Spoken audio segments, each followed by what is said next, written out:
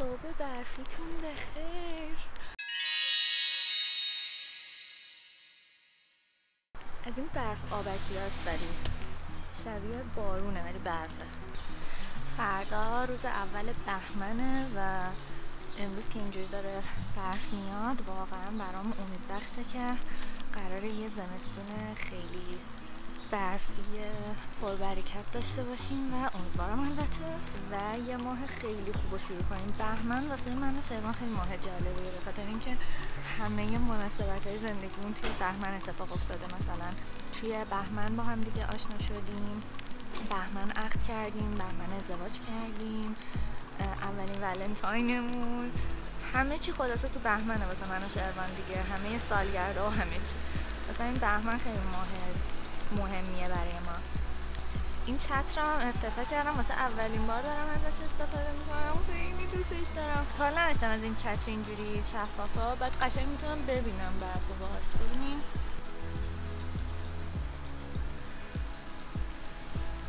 امیدوارم که دیده باشین و خودم اسکول نکرده باشم. دست اسلر بودم از پنجم در دفعه استوری میکنه رندوم گرفتم. بچه ها صدای برف پاکن رو ببخشید. من تصمیم گرفتم که موهامو رنگ کنم، میخوام شرابی کنم. ولی چرا شرابی؟ من یه تئوری تو ذهن خودم دارم، یه تئوری رنگی تو ذهن خودم دارم. از روی دانشی که در مورد رنگا دارم این تصمیم رو میگیرم. یه چیزی که راجع به پوست خودم میدونم اینه که پوست من سفیدی و قرمزیش خیلی زیاده.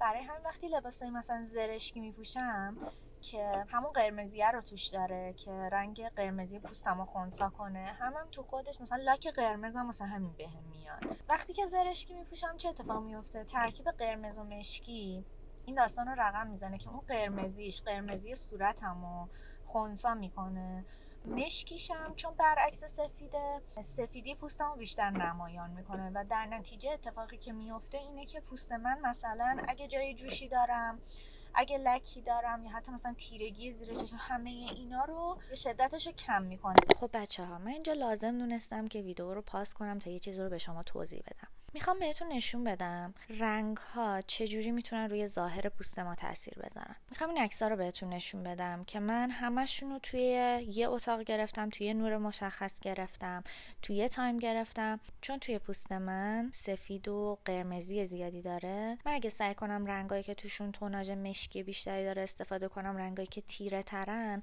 باعث میشه که سفیدی پوست من بیشتر نمایان بشه و عیبای روی پوست منو میپوشونه. حتی خود رنگ مشکی هم باعث میشه رنگ چشای من بیشتر مشخص بشه. اما مثلا یه رنگایی مثل نارنجی، سبزای روشن، آبی روشن، رنگایی که پاستلیان، این تاثیر رو روی پوست من نمیذارن. اما خب یه رنگی مثل زرشکی هم باعث میشه که سفیدی پوست من بیشتر نمایان بشه، همون قرمزی که توی پوست خودم هست و خنثی میکنه و در نتیجه پوست من خیلی شفاف و روشن به نظر میرسه. حالا من الان تقریبا 1 ساله که موهام هایلایته، اسفند این ماه دیگه فیکس میشه 1 سال و خسته شدم. من یه سری چیزا خیلی زود دلمو میزنه، یه سری چیزایی که تو ظاهرم مثلا رنگ مو، مدل مو، اینجور چیزا خیلی زود خستم میکنه و نیاز به یه جور تنوع دارم. دوست دارم که تنوع به وجود بیارم. شرابی توش یه ذره بنفشم داره و حالا چرا بنفشه به نظرم دوباره بر من خوبه؟ به خاطر اینکه من چشمام عسلیه، عسلی ترکیب زرد و یه ذره سبزه.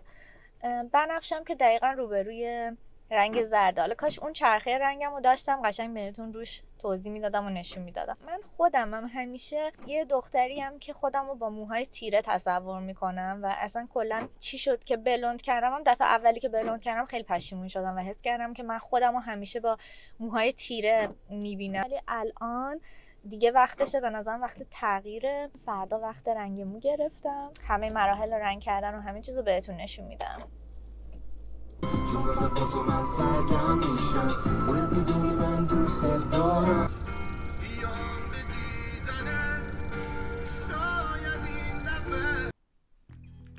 صبح خیر. امروز آخرین روزیه که با این رنگ موها از خواب پا میشم و دیگه باید باش خداحافظی کنم، به خاطر اینکه تا 2 ساعت دیگه قراره که موهامو شرابی کنم و دارم دعا میکنم که نتیجهش خوب بشه، پشیمون نشم از تصمیمی که گرفتم. این چون کاریش نمیشه که به جز اینکه مثلا تیره ترش کنم و راه برگشتی نداره یه ذره نگران کننده تر. با این حال من دیگه تصمیمم رو گرفتم و میخوام کوتاه نیام از چیزی که فکر میکنم درسته، میخوام انجامش بدم، خودمو بسپرم به دست کالر تیوری و سرنوشت و اینجور چیزا. کوتاهشم میخوام بکنم یکم که این پاییناش به نظرم مرده، میبینین یه حالت افتضاحی به خودش گرفته. برام آرزوی موفقیت کنین. زود میبینمتون. فعلا.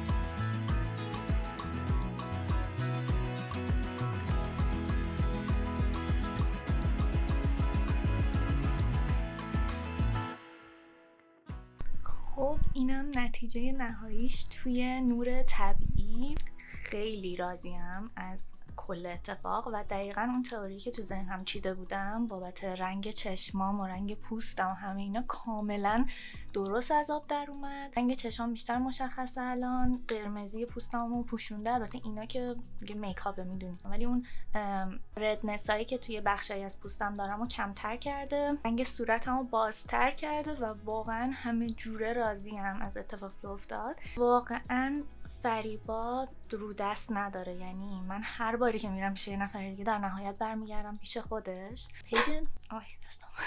پیج اینستاگرامش رو اینجا واسهتون میذارم. خیلی ساله که میشناسمش، بیشتر از 5 ساله که میشناسمش. موهامو کوتاه هم کرد. همیشه موهام با موزر اینطوری صاف کوتاه میکردم، بعد تازگی داشتم لیر میکردم. الان فهمیدم لیر واقعی چرا میره خوش. من واقعا دوست داشتم کوتاه کنم، چون مویی که تا اینجاها باشه کلا زندگی باش راحت تره تا مویی که بلندتر و اینا. مثلا جنس موهای من که یه جوری که اصلا خوش نمیشه و سخت کلا نگهداری ازش.